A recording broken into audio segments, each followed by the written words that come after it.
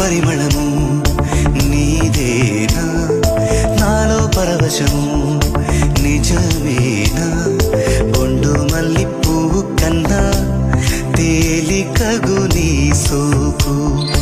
రెండు కళ్ళు మూసుకున్నా లాగు మరి నీ వైపు సొగసును చూసి పాడగా